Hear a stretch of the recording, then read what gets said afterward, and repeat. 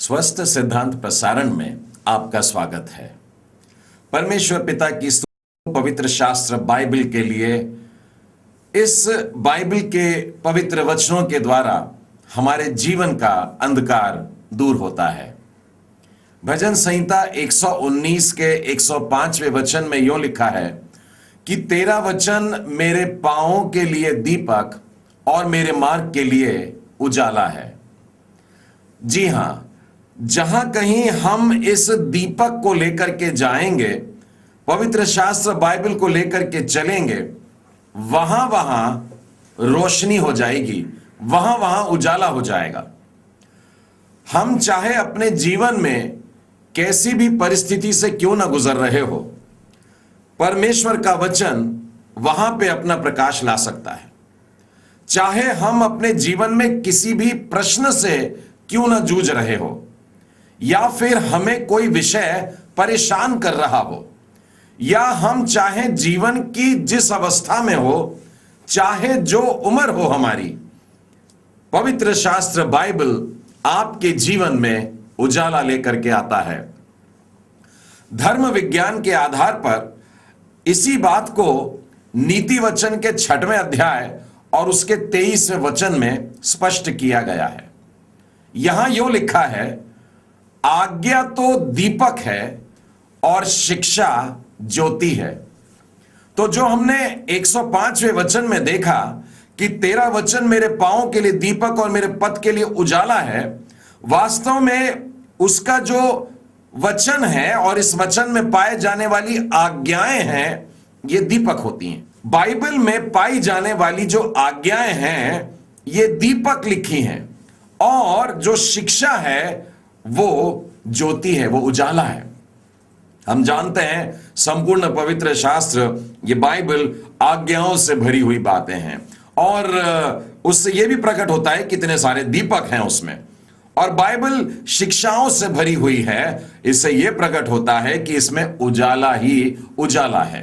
प्रियो, बाइबल केवल तत्व ज्ञान की बातें नहीं करती, परंतु इसमें बहुत से नुस्खे भी हैं, कुछ सरल बातें भी दी गई हैं, जिसे हम अपने जीवन में अपनाकर अपने जीवन को शांतिपूर्वक बिताते हैं। बिल्कुल इसी बात को हम भजनकार के शब्दों में देखते हैं। भजन संहिता उसके 119वें अध्याय के 99वें और 100वें वचन में देखें क्या लिखा है। मैं अपने सब शिक्षकों से भी अधिक समझ रखता हूं, क्योंकि मेरा ध्यान तेरी चितौनियों पर लगा हुआ है, और मैं अपने पुरनियों से भी अधिक समझदार हूं, क्योंकि मैं तेरे उपदेशों को पकड़े हुए हूं।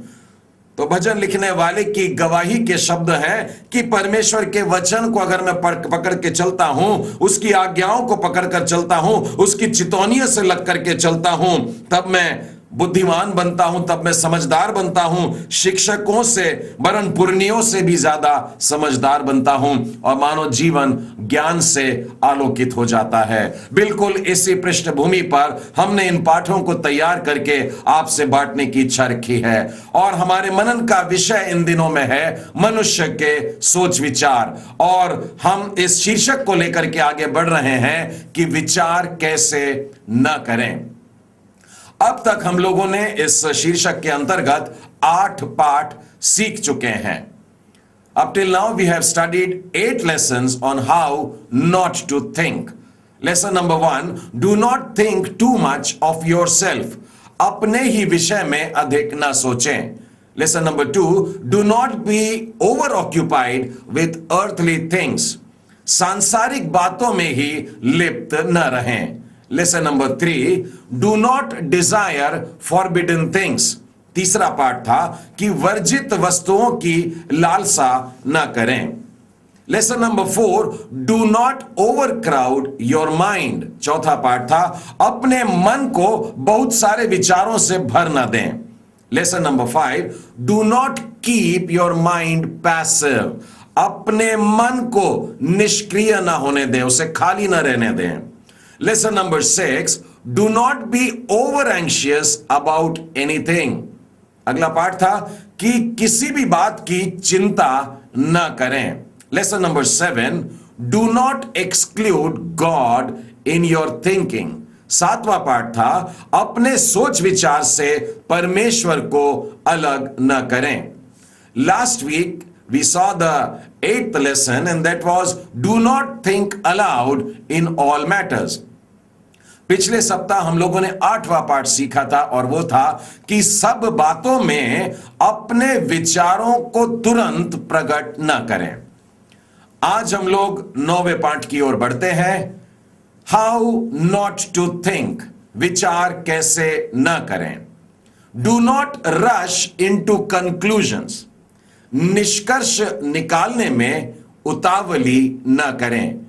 मैं इसे फिर दोहराता हूं, how not to think. Lesson number 9, do not rush into conclusions, विचार कैसे न करें। 9वां पाठ, निष्कर्ष निकालने में उतावली न करें। हम साधारणता किसी भी विषय पर, चाहे अपने बारे में कुछ हो या दूसरों के बारे में कुछ कहना हो, तुरंत बोल देते हैं। निष्कर्ष निकालने में कोई देरी नहीं करते। हम लोग परिस्थिति का अध्ययन किए बगैर ही निचोड़ निकाल करके लोगों को सुना देते हैं। दाऊद के शब्दों में मैं आपको बताऊंगा कि इस प्रकार की जल्दबाजी उसने भी किया और बाद में एहसास भी हुआ। भजन संहिता की पुस्तक और उसका 31वां अध्याय और 22वां वचन, मैंने तो घबरा कर कहा था कि मैं यहोवा की दृष्टि से दूर हो गया हूं। अपने जीवन के ऐसे समय से गुजरा जब उसे ऐसा कुछ प्रतीत हुआ कि परमेश्वर ने मुझे छोड़ दिया हो या मैं यहोवा की दृष्टि से दूर हट गया हूं। यहां पर वो अपने विषय में बात कर रहा है। इसी प्रकार से वो दूसरों के बारे में भी उतावलीपन में बात करता है। भजन संहिता उसका 116वां अध्याय और उसका 11वां वचन लिखा है, मैंने उतावली से कहा सब मनुष्य झूठे हैं। लोगों के बारे में कह रहा है, सब के बारे में कह रहा है। एक वाक्य में कह दिया सब मनुष्य झूठे हैं और बाद में उसे एहसास हुआ, हाय मैंने ये क्या कहा, मैंने बड़ी उतावली में कहा। वो कह रहा है मैंने उतावली में कह दिया, मैंने जल्दी में कह दिया, मुझे ऐसा नहीं कहना चाहिए था। अपने बारे में भी ऐसी ही गलती कर बैठते हैं, दूसरों के बारे में भी निर्णय लेने में ऐसी ही गलती कर बैठते हैं। आज का हमारा पाठ हमसे यही कह रहा है, निष्कर्ष निकालने में उतावली ना करें। उतावली में बातें करना या जल्दबाजी में आकर के कोई कार्य करना बाइबल के अनुसार बड़ी मूर्खतापूर्ण हरकत होती है। नीति वचन के 14वें अध्याय में और उसके 29वें वचन में लिखा है, जो विलंब से क्रोध करने वाला है वह बड़ा समझ वाला है, परंतु जो अधीर है वो मूर्खता की बातें गढ़ता है।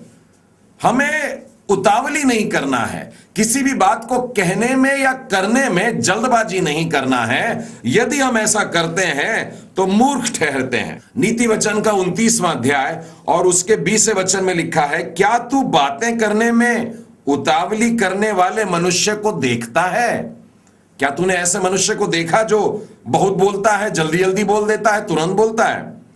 उससे अधिक तो मूर्ख से ही आशा रहती है।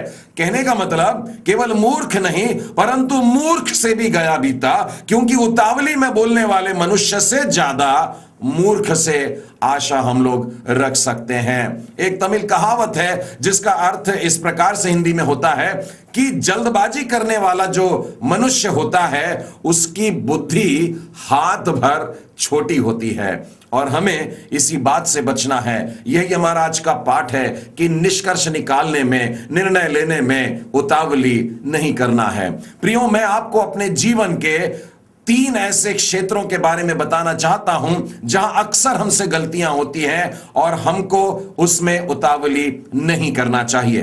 पहला क्षेत्र है जब हम दूसरों के विषय में न्याय करने लगते हैं।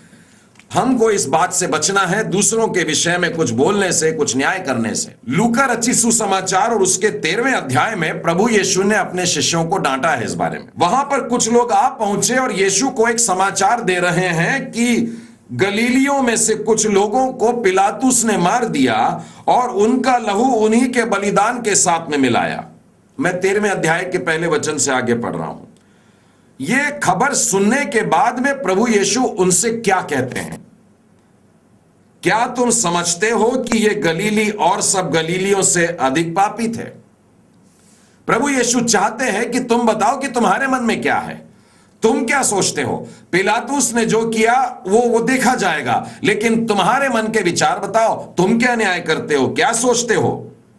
क्या ये गलीली और सब गलीलियों से अधिक पापी थे कि उन पर ऐसी विपत्ति पड़ी? मैं तुमसे कहता हूं कि नहीं, परंतु यदि तुम मन ना फिराओगे तो तुम सब भी इसी रीति से नष्ट हो जाओगे।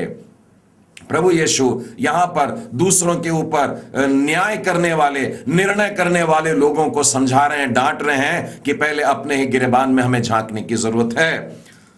एक और उदाहरण आपको बताता हूं, यूहन्ना रचित सुसमाचार और उसके 9वें अध्याय में यहां पर एक जन्म के अंधे को प्रभु यीशु दृष्टि प्रदान करते हैं। यह घटना आपको पहले ही अच्छे से मालूम होगी।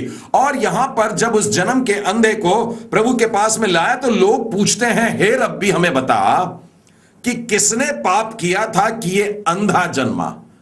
अब इसके बाद में वे अपने विचार बता रहे हैं, प्रश्न कर रहे हैं, क्या इस मनुष्य ने पाप किया या इसके माता पिता ने पाप किया कि ये अंधा पैदा हुआ?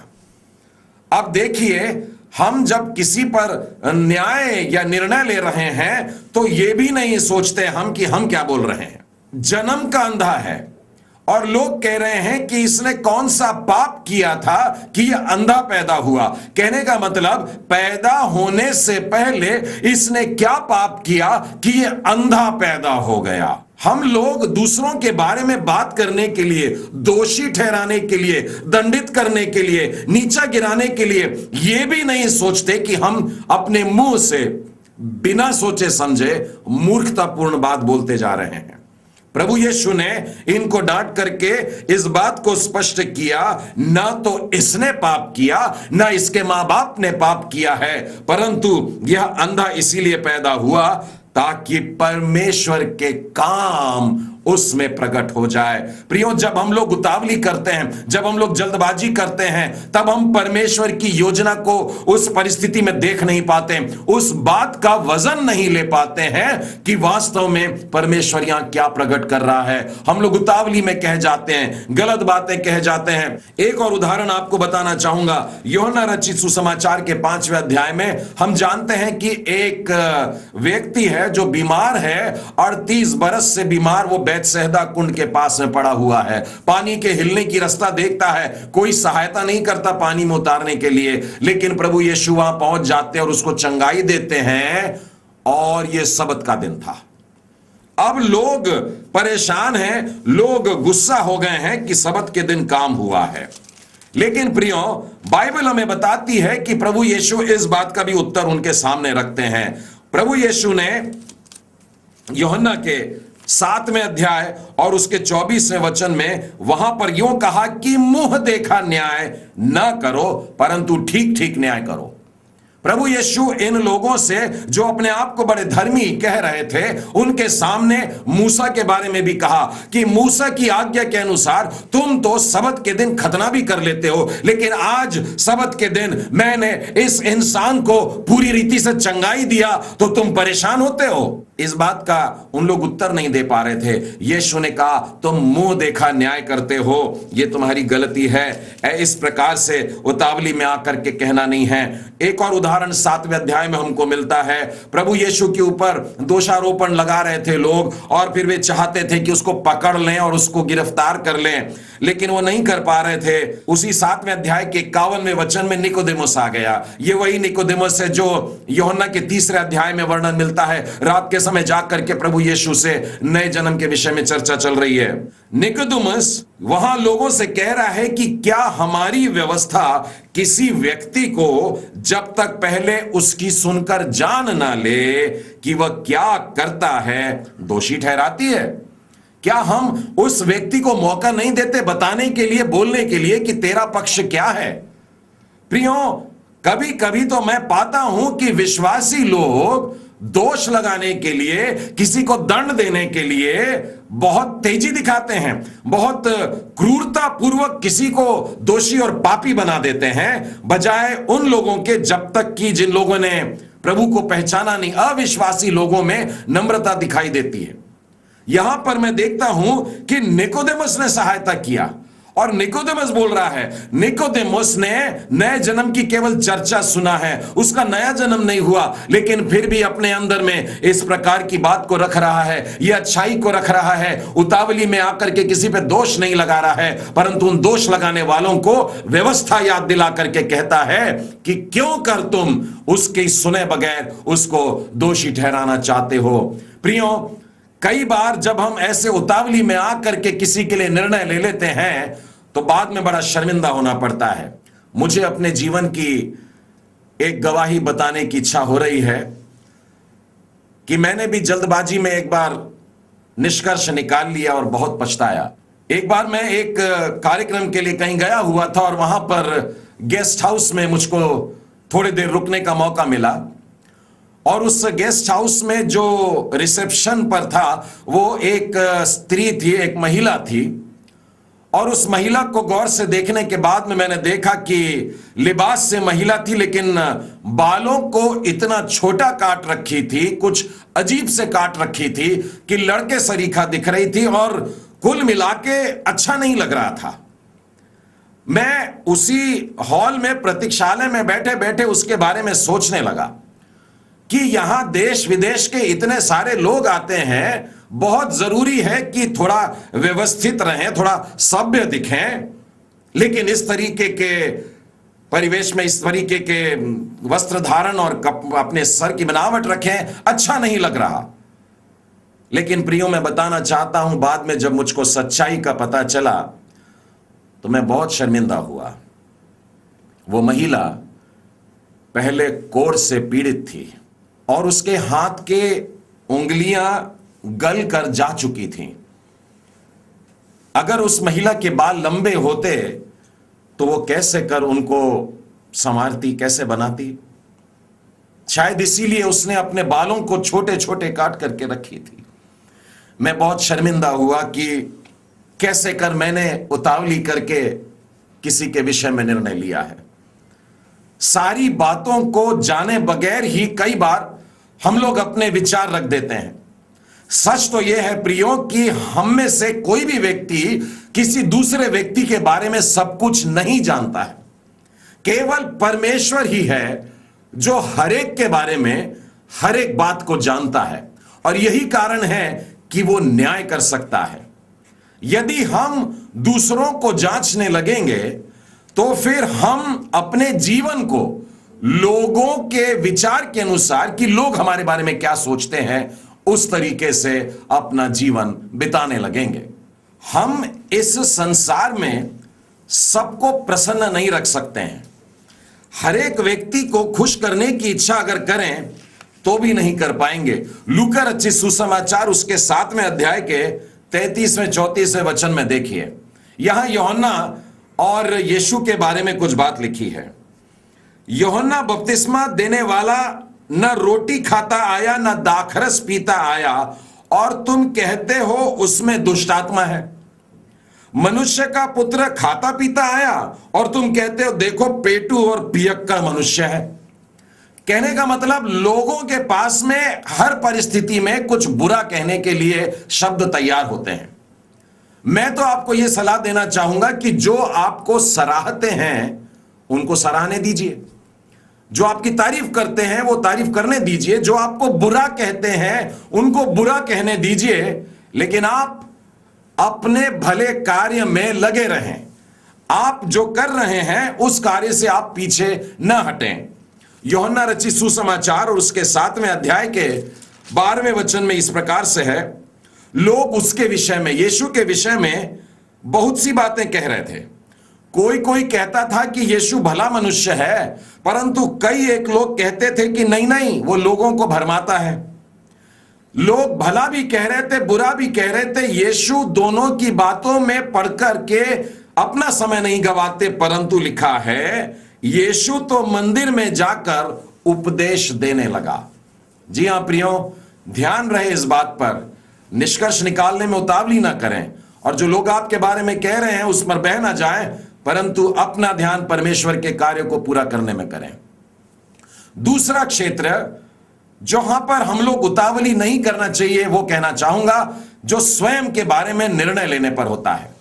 और इस जगह में मैं जीवन साथी का जब निर्णय करना होता है उस बारे में कुछ बताना चाहता हूं। पुराने नियम से दो उत्कृष्ट उदाहरण आपके सामने रखना चाहता हूं। एक जगह वो जहां एक दुल्हन ढूंढी जा रही है और एक जहां दुल्हा ढूंढा जा रहा है। उत्पत्ति के 24वें अध्याय में आप आएंगे तो आप पाएंगे कि अब्राहम ने अपने सेवक एलियाजर से कहा कि बेटे इसहाक के लिए बहू को लाना है, उसकी पत्नी को ढूंढने के लिए तू जा। और जब हम इस अध्याय में देखते हैं कि एलियाजर परेशान है कि मैं कैसे करके उसके लिए कुंवारी ढूंढूं, तो वो अपने मन में एक योजना बनाता है। वो ऐसा कहता है कि जो कन्या मुझको पानी पिलाएगी और मेरे बाद में यह भी कहेगी कि मैं ऊंटों को पिलाती हूं, वही मेरे दास, वही इसहाक के लिए पत्नी बनने के योग्य होगी। और जब ऐसा होता है कि वो कुएं के पास बैठा हुआ है और गांव से बहनें चली आ रही हैं और उनमें रबेका भी थी, और वो आती है और जब ये पानी मांगता है, रबेका कहती है बिल्कुल वही शब्द जैसा एलियाजर ने सोचा था कि तेरे बाद मैं तेरे ऊंटों को भी जब तक वो पी करके भर न जाए उनको पानी पिलाती रहूंगी। एलियाजर ने क्या किया? क्या वो तुरंत उछल गया कि अरे वाह, मुझे मेरे परमेश्वर ने मेरे स्वामी के लिए बहू को मिलवा दिया? नहीं, वो शांत रहा, वो चुप रहा। उसने ये नहीं कहा कि मैं जिस काम के लिए निकला था मेरा काम हो गया। 21वां वचन पढ़िए, वह पुरुष उसकी ओर चुपचाप अचंभे से ताकता हुआ यह सोचता था कि यहोवा ने मेरी यात्रा को सफल किया है कि नहीं। वो ये सोच रहा था कि मेरा जो प्लान था ये तो इस हिसाब से बढ़िया हुआ, लेकिन परमेश्वर क्या इस बात पर अपनी मुहर लगाता है या नहीं। प्रियो, एक और उदाहरण बताना चाहूंगा जो रूत की पुस्तक में से है। और रूत की पुस्तक में हम देखते हैं कि नओमी अपनी बहू के लिए एक दुल्हा देख रही है। 3 अध्याय में आइएगा, क्या क्या घटनाएं घटी आपको मालूम है। रूत खेत में जाती थी, गेहूं की बालें बीनती थी, उसके लिए बोआज कैसे कुछ और डलवा देता था, उसको डांटना नहीं बोला था, उसको सुरक्षित रखना बोला था। और इन सब बातों से लग तो रहा था कि बोआज उससे विवाह कर लेगा, लेकिन फिर भी नओमी ने कहा शांत रहना बेटा। उसने 18वें वचन में अपनी बहू से कहा, हे मेरी बेटी, जब तक तू न जाने कि इस बात का क्या फल निकलेगा तब तक चुपचाप बैठी रहे, क्योंकि आज उस पुरुष को यह काम बिना निपटाए चैन न पड़ेगा। शांत रहना, कुछ करना मत, चुपचाप रहना, उतावली मत करना। बाइबल हमें यशायाह नबी की पुस्तक और उसके 28वें अध्याय के 16 वचन में कहती है, जो कोई विश्वास रखता है वो उतावली नहीं करता, वो गड़बड़ी नहीं करता, वो जल्दबाजी नहीं करता, अपने के लिए कुछ पाने के लिए तेजी नहीं दिखाता, परंतु पूरा भरोसा परमेश्वर पर रखता है। मैं जवान लड़के लड़कियों से कहना चाहूंगा, क्योंकि मैंने एक उदाहरण एक लड़के को ढूंढने के लिए और एक लड़की को ढूंढने के लिए, अर्थात एक दुल्हन और एक दुल्हे ढूंढने के लिए, और दोनों भी किस्से में हमने देखा कि वो उतावली नहीं कर रहे हैं। प्रिय जवान भाई बहनों, अपने जीवन में जीवन साथी ढूंढने के लिए मेहरबानी करके कोई उतावली ना करना, परमेश्वर के वचन पर भरोसा रखना, विश्वास रखना, उतावली ना रखना। तीसरा क्षेत्र जहां हमें संयम बरतने की जरूरत है, जहां उतावली नहीं करना है, वो है विपरीत परिस्थितियां जब हमारे जीवन में आती हैं, तब हमारा मन, हमारे वचन और हमारे कार्य संभल करके होना चाहिए। मैं आपको भजन संहिता की पुस्तक में ले चलता हूं, और भजन संहिता का 46वां अध्याय और उसके 10वें वचन में लिखा है, चुप हो जाओ, जान लो कि मैं ही परमेश्वर हूं। यह उस समय कह रहा है जब परिस्थितियां विपरीत हैं, जब तूफान खड़े हो गए, जब मेरे और आपके जीवन में परेशानियां आने लगी हैं। परमेश्वर कहता है शांत हो जाना। लिखा है, हमको कोई भय नहीं होगा, चाहे पृथ्वी उलट जाए, पहाड़ समुद्र के बीच में जाकर के गिरे, समुद्र गरजे फेन उठाए, पहाड़ से उसकी बाढ़ से कांप उठे, हमें डर नहीं होगा। क्यों? क्योंकि परमेश्वर उस नगर के बीच में है, वो कभी नहीं टलने का। परमेश्वर हमारे साथ में खड़ा है, हमें परेशानी की कोई जरूरत नहीं, विपरीत परिस्थिति से जरूरत नहीं है, हमारे विचार गलत नहीं निकलेंगे, हमारी बोली गलत नहीं निकलेगी, हमारे कार्य गलत नहीं होंगे। एक और बड़ा सुंदर सा उदाहरण आपको देना चाहता हूं। निर्गमन की पुस्तक और उसके 14वें अध्याय में मिस्र देश से निकाल कर लेकर आए, मूसा के साथ में बहुत से इजरायली हैं, और इन लाखों लोगों को लेकर के जब वो जा रहा था तो समुंदर सामने आ गया, और उस समय पीछे मिस्र की सेना तलवार और भाले लेकर के दौड़ रहे थे। बहुत से इजरायली लोग इस समय कुड़कुड़ाने लगे, बुरी बुरी बातें बोलने लगे, गालियां बकने लगे, और वे मूसा से कह रहे थे कि क्या मिस्र में कब्रिस्तान नहीं थे कि हमको गाड़ने के लिए तूने यहां जंगल में लेकर आया है? लेकिन आपको मालूम है मूसा ने क्या कहा? मूसा ने कहा, खड़े खड़े परमेश्वर का उद्धार देखो। उसने अपने लोगों से कहा, शांत हो जाओ, उतावली मत करो, अपने मुंह से गलत बात मत निकलने दो, अपने मन में गलत विचार मत आने दो, कोई गलत हरकत मत करो, शांत हो जाओ, और शांत होकर के खड़े खड़े देखो परमेश्वर का उद्धार। हाउ नॉट टू थिंक, विचार कैसे न करें। Do not rush into conclusions, निष्कर्ष निकालने में उतावली न करें। परमेश्वर पिता आप सबों को आशीषित करें।